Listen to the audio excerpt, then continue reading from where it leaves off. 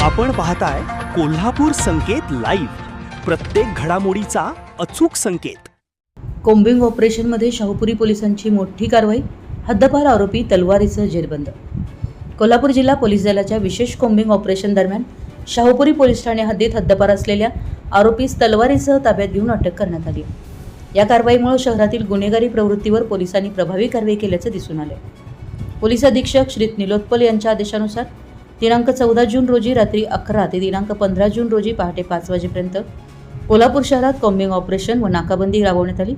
उपविभागीय पोलीस अधिकारी श्रीमती प्रिया पाटील यांच्या मार्गदर्शनाखाली शहर विभागातील सर्व पोलीस ठाण्यांचे अधिकारी, डीबी पथकं तसेच पोलीस मुख्यालयातील 01 RCP प्लॉटून यांचा सहभाग होता.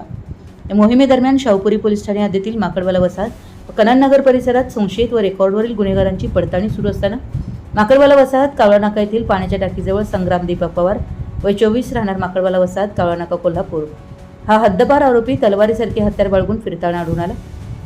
शाहूपुरी पोलिसांनी तत्काळ कारवाई करत त्याला ताब्यात घेत त्याच्याकडील तलवार जप्त केली. त्याच्याविरुद्ध शाहूपुरी पोलीस ठाण्यात गुन्हा दाखल करून अटक करण्यात आली. संपूर्ण महाराष्ट्रातील वेगवान घडामोडी व बातम्यांसाठी कोल्हापूर संकेत लाईव्ह न्यूजला सबस्क्राईब करा आणि बेल आयकॉन प्रेस करा.